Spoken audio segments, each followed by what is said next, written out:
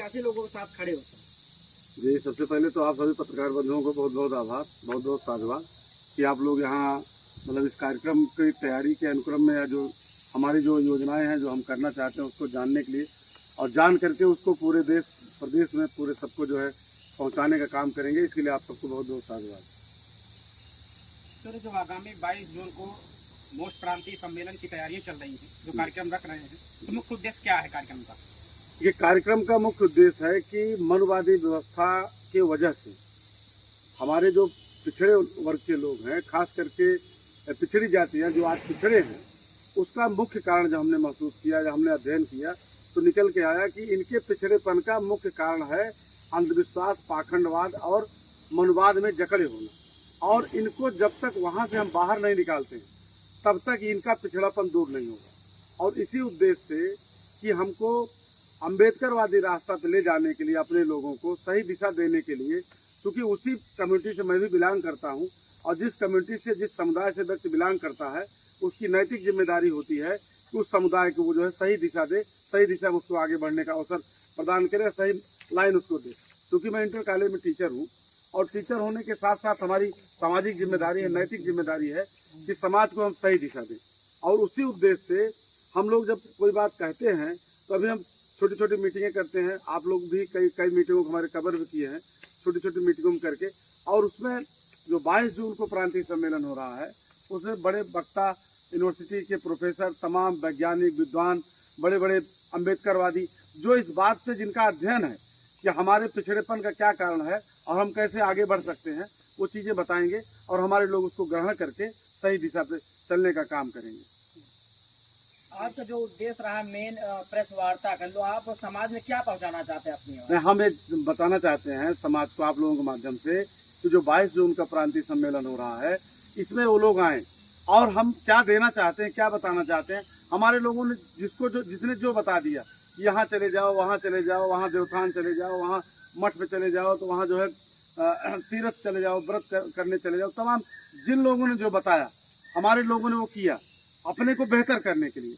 तो हम आप लोगों के माध्यम से बताना चाहते हैं कि हम उनके बेहतर के लिए ये करना चाहते हैं, क्या क्या हमारा उद्देश्य है कि वो सही दिशा, उनको बच्चे इनके पढ़ाई में एकदम सबसे निचले पायदान पे हैं और उन सब का कारण जो है, मतलब सबसे बड़ा कारण जो है अंधविश्वास, भाग्यवाद और मनवादी व्यवस्था में जकड़े होना। हमारे बच्चे जो है भाग्यवादी होने के नाते वो संघर्ष करते ही नहीं। उनको शुरुआत में ही बता दिया जाता है भाग्य में होगा तो आप विद्या आएगी, भाग्य में होगा तो नौकरी मिलेगी, भाग्य में होगा शादी होगी।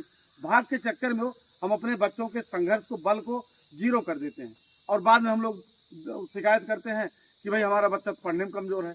जबकि बच्चा पढ़ने में कमजोर इसलिए है कि उसको आपने भाग्यवादी बनाया। तो दोषी तो हम हमारे गार्जियन हैं और मैं गार्जियन को भी दोषी नहीं मानता। दोषी हम जैसे पढ़े लिखे लोग हैं जो इस समुदाय में पैदा हुए हैं। अपने समुदाय के लिए जो है सही क्या है, गलत क्या है, उसको बताना चाहिए और सही दिशा दे करके सही दिशा में जो है कम्युनिटी को जो है आगे बढ़ने के लिए प्रेरित करना चाहिए। सर, जैसे आपने मनुवाद की बात किया जी, तो समाज में उठ रही हर समस्याओं के पीछे कहीं न कहीं मनुवाद की चर्चा होती है। तो मनुवाद जैसे पेड़ की सिंचाई कौन कर रहा है? नहीं, मनुवाद हमारे ना समझ लो, जैसे हमको पढ़ने लिखने का अधिकार नहीं था हमारे लोगों को, तो जब पढ़ने लिखने का अधिकार नहीं था, हमारे ऊपर एक बैन था, आप जान रहे हैं इस बात को, और उनके ऊपर बता दिया आपको सेवा करने का काम है तो आपको ये करने का काम है, आप ये करेंगे, तमाम उनके कार्य बांट दिए गए। लेकिन जब से संवैधानिक व्यवस्था लागू हुई देश भारत के अंदर, बाबा साहब का संविधान लागू हुआ, क्योंकि समाज में 2-2.5 साल पहले से वो व्यवस्था चली आ रही है। तो आज भी समाज, जैसे बाबा साहब ने संविधान में लिख दिया आर्टिकल 14 में बराबर विधि के समक्ष बराबर है, आर्टिकल 15 में लिख दिया कि धर्म, लिंग, जात, निवास के आधार पर कोई भेदभाव नहीं किया जाएगा। लेकिन समाज में आज भी, आप समाज में जाइए, छोटे से बच्चे से पूछिए सबसे ऊंच जात कौन है, तो बच्चा आपको बता देगा सबसे ऊंच जात फला है। तो मनवादी व्यवस्था अभी समाज में है और समाज से जब तक मनवादी व्यवस्था हम बाहर नहीं निकालते हैं तब तक ये ऊंच नीच की भावना, तब तक इस तरह से जो है भेदभाव की भावना, तब तक कुछ जातियों को लगता है कि हमको मतलब इसीलिए हम पैदा हुए, सेवा करने के लिए पैदा हुए हैं, तो वो निकालना जरूरी है। मनुवाद की कुरीतियों जैसी बातें समाज के अंदर बहुत तेजी से फैली हुई है, लेकिन बाबा साहब की जो बातें, सकारात्मक जो विचार है, संवैधानिक बातें हैं, वो संवैधानिक बातें समाज के अंदर अपना अस्तित्व जड़ क्यों नहीं पकड़ पा रही है? हाँ, उसका बहुत सही सवाल आपका है। वो इसलिए, देखिए बाबा साहब ने संविधान लिखा और संविधान में सब व्यवस्थाएं की, लेकिन जो सरकारें हमारी आई, अभी तक की जो सरकारें आ रही हैं, वो कहीं न कहीं से मनुवाद को ज्यादा प्रश्रय दे रही हैं। और जब तक देश का हुक्मरान, देश का शासक जब तक उसके वो ईमानदारी से संविधान को लागू नहीं करना चाहेगा, जब तक वो मनुवाद से झगड़ा रहेगा, मनुवादी आज भी आप देख रहे हैं कि तमाम ऐसी चीजें हो रही हैं कि वहाँ, जबकि देश धर्मनिरपेक्ष आप लोग सबको पता है, लेकिन धार्मिक अनुष्ठान किए जाते हैं। इस तरह से चीजें जो है हो रही है, ये कहीं न कहीं से मनुवादी विचारधारा को, मनुवादी व्यवस्था को जो लोग आ रहे हैं चुन करके, जो प्रधानमंत्री मुख्यमंत्री बन रहे हैं, उसमें से ज्यादातर लोग इस विचारधारा को बनाए रखना चाहते हैं। और इसलिए हमारा ये मानना है कि अगर संविधान को पूरी तरीके से लागू करना है, अगर मनुवाद को पूरी तरह जड़ से समाप्त करना है, तो संवैधानिक व्यवस्था के तहत शीर्ष पे जो शीर्ष कुर्सियां हैं, उस पे जो है किसी अम्बेडकरवादी विचारधारा के जो लागू करने की इच्छा शक्ति रखता हूँ। तमाम लोग हमने देखा है, तमाम लोग पद पा जाते हैं, प्रधान बन गए, बीडीसी बन गए, विधायक बन गए, लेकिन समाज में उनकी हिम्मत नहीं, पद तो पा गए लेकिन वो पावर का प्रयोग नहीं कर पाते। उनके पावर का प्रयोग कोई और करता है। संवैधानिक व्यवस्था में प्रधान बन गए हो, लेकिन उनकी मोहर कहीं और रहती है। विधायक बन गए, सांसद बन गए, लेकिन निधि का उपयोग उनके कोई और कर रहा है। सरकारी तख्तो ताज पर मनुवाद राज कर रहा है कहने के अनुसार। जी बिल्कुल। तो इस मनुवाद रूपी जड़ को या इस समस्या को समाधान करने के लिए आप क्या कर रहे हैं? हम समाज को वो उसी अनुक्रम में काम किया जा रहा है। जो 22 का हमारा प्रांतीय सम्मेलन है, वो उसे, चूंकि ज्यादातर मनुवाद को मजबूत अगर कोई कर रहा है तो हमारे नासमझ लोग, पिछड़े लोग कर रहे हैं, उसी को मजबूत कर रहे हैं, उसी से लात खा रहे हैं।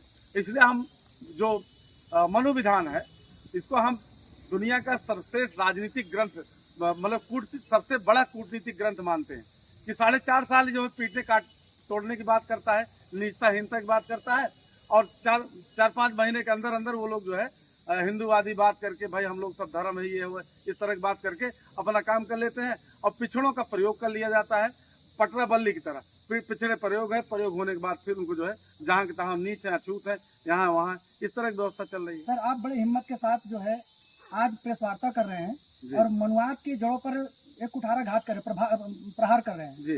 लेकिन आप जैसे हमारे समाज में और भी बुद्धिजीवी लोग हैं जी, लेकिन उनके विचार में ये बातें क्यों नहीं है? देखिए, विचार में सबके आएगी। मैं उसको महसूस कर लिया। हम अपने बर्बादी का, हम शासक कौम है, हम शासक कौम है, देश भारत के हम शासक, सूर्यवंशी हम लोग क्षत्रिय हैं, लेकिन आज हमको नीच बनाया गया है, शूद्र बनाया गया है।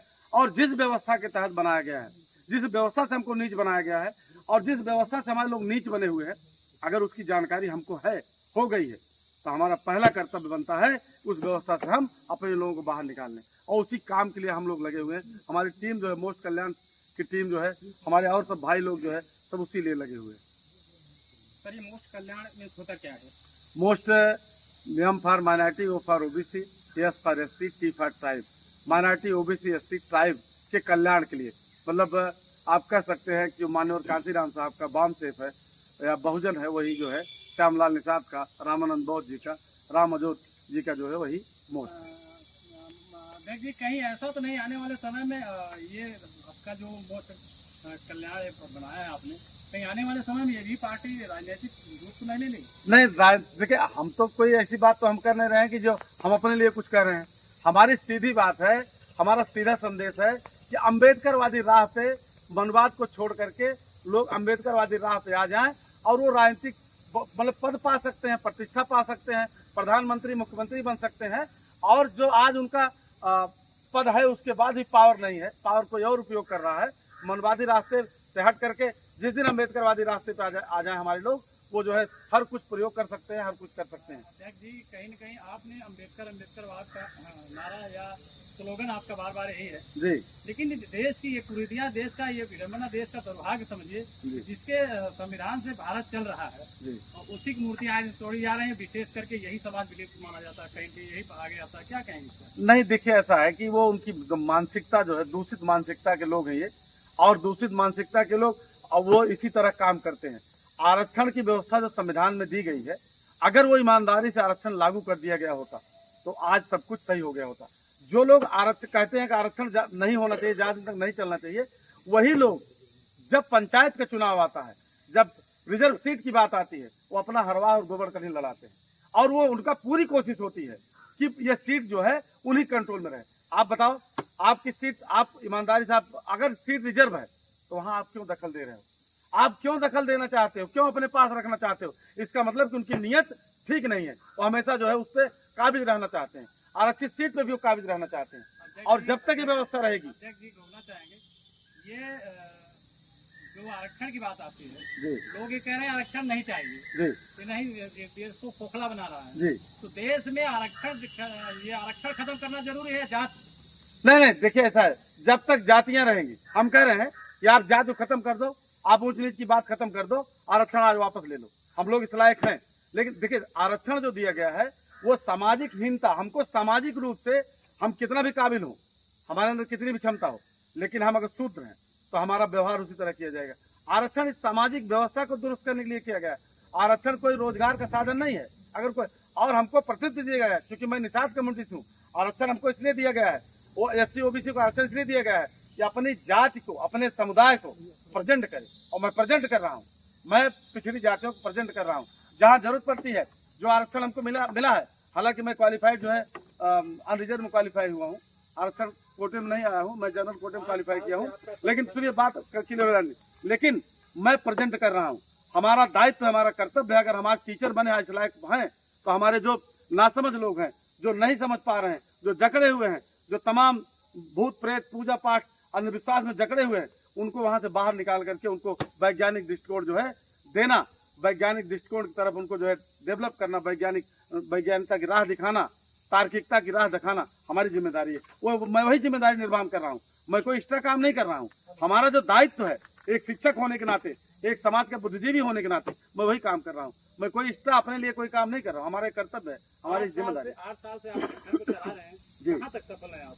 हम अब भाई सफल हम सुल्तानपुर शुरू किए, आज आपके जौनपुर में हम जो है प्रांतीय सम्मेलन कर रहे हैं, और अब बहुत सारी सफलता तो आप लोगों के ऊपर है। आप लोग इसका अगर सही ढंग से प्रचार प्रसार करेंगे तो बड़ा कार्यक्रम होगा, और पूरे पूर्वांचल में, पूरे प्रदेश में आप लोग तो चाहेंगे अभी 10 मिनट के अंदर अंदर पूरी दुनिया में फैल जाएगा, पूरी दुनिया में संगठन का मोस्ट का जो है वो हो जाएगा, चर्चा हो जाएगी, चर्चा शुरू हो जाएगी। तो आप सबका कितना सहयोग मिलता है उसके ऊपर है संगठन का विस्तार। ये 22 तारीख को जो आपने कार्यक्रम रखा है, 22 जून, ये प्राकृतिक रूप से, और ये जो ऋतुएं हैं उनके अनुसार ये बरसात का मौसम है जी, और आपका लंबा कार्यक्रम होना सुनिश्चित है जी। कैसे सफलता अगर हो सकती है? गर्मी इतनी प्रचंड है या मौसम इतना? देखिए हमारे लोग जो है गर्मी में भी खूब काम कर सकते हैं, पसीना भीग करके भी काम कर सकते हैं, और पानी में भी जो है काम करते हैं। तो हमारे लिए जो है पिछड़ों के लिए, हम लोगों के लिए ये ना पानी कोई उसका असर करेगा, कोई ना गर्मी असर करेगी। कार्यक्रम होगा, बरसात होगी तब भी कार्यक्रम होगा, गर्मी अगर और ज्यादा 4 डिग्री 5 डिग्री तापमान बढ़ गया तब भी होगा कार्यक्रम। और आने वाले जो हैं, जो हमारे कार्यक्रम में आने वाले हैं, उनके ऊपर जो है गर्मी का और बरसात का कोई असर नहीं पड़ेगा। इसको आप लोग देखिएगा। और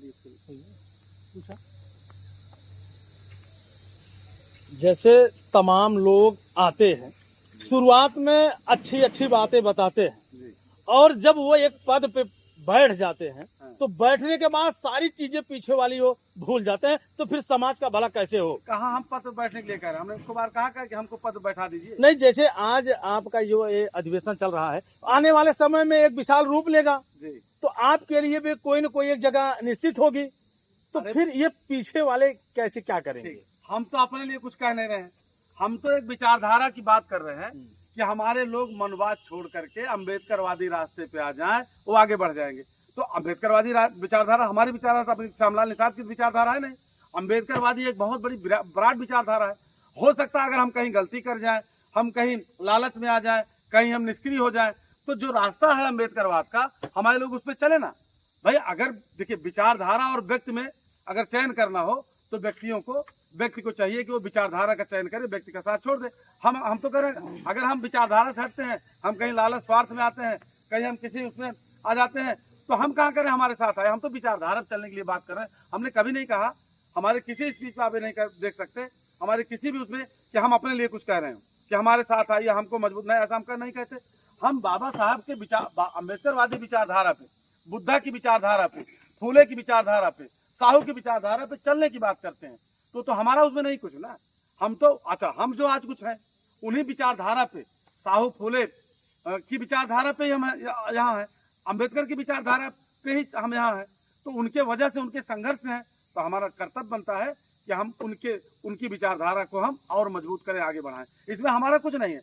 शुरुआत में तो विचारधाराओं की बात होती है, लेकिन जब कुछ समय बीत जाता है तो वही विचार बदलने लगते हैं। नहीं, हम इससे सहमत नहीं है। विचार, हम कह रहे हैं विचार, देश भारत के अंदर दो विचारधारा है, अम्बेडकरवादी विचारधारा, मनवादी विचारधारा।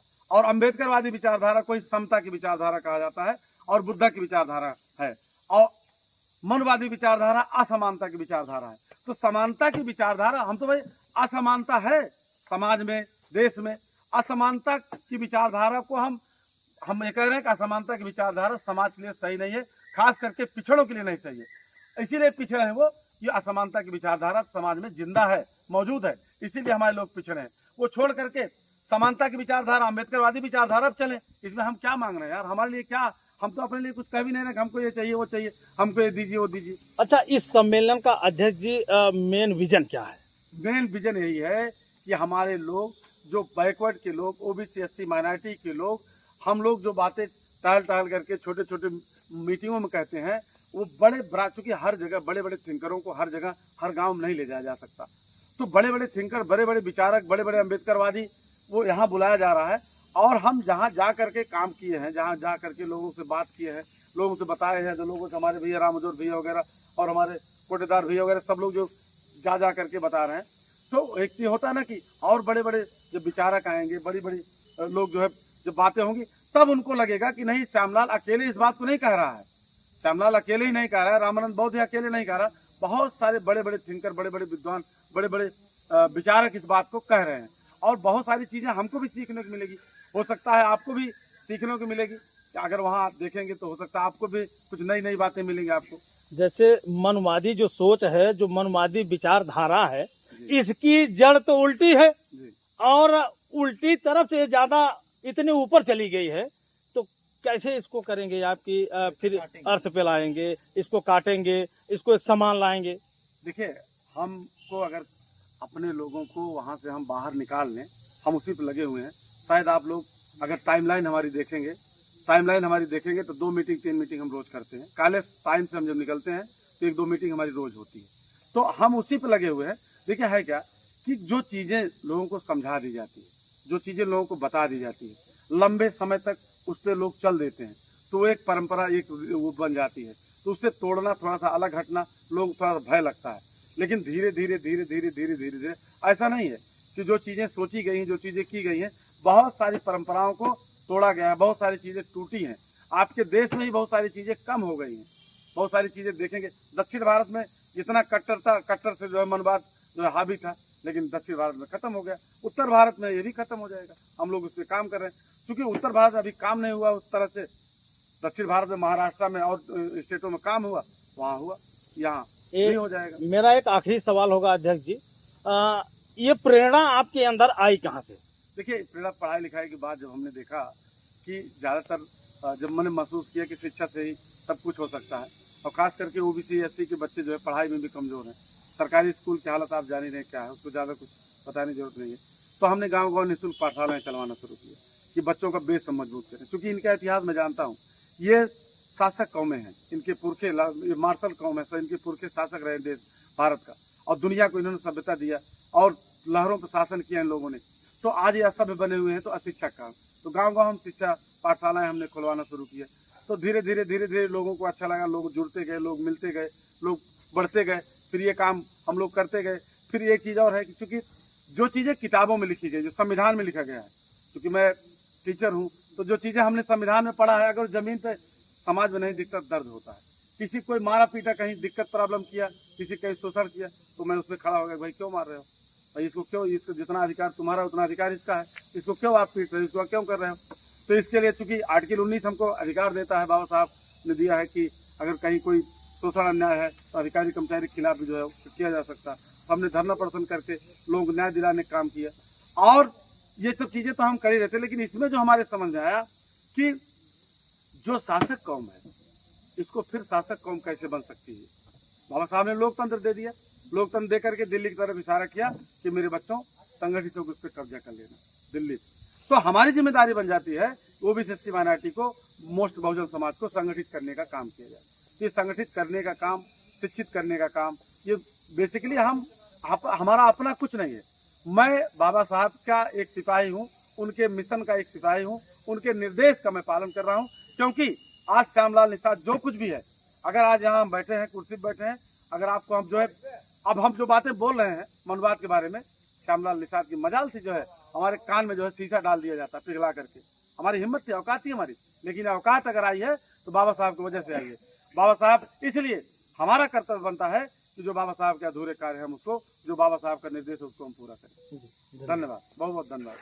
एक छोटा सा सवाल है।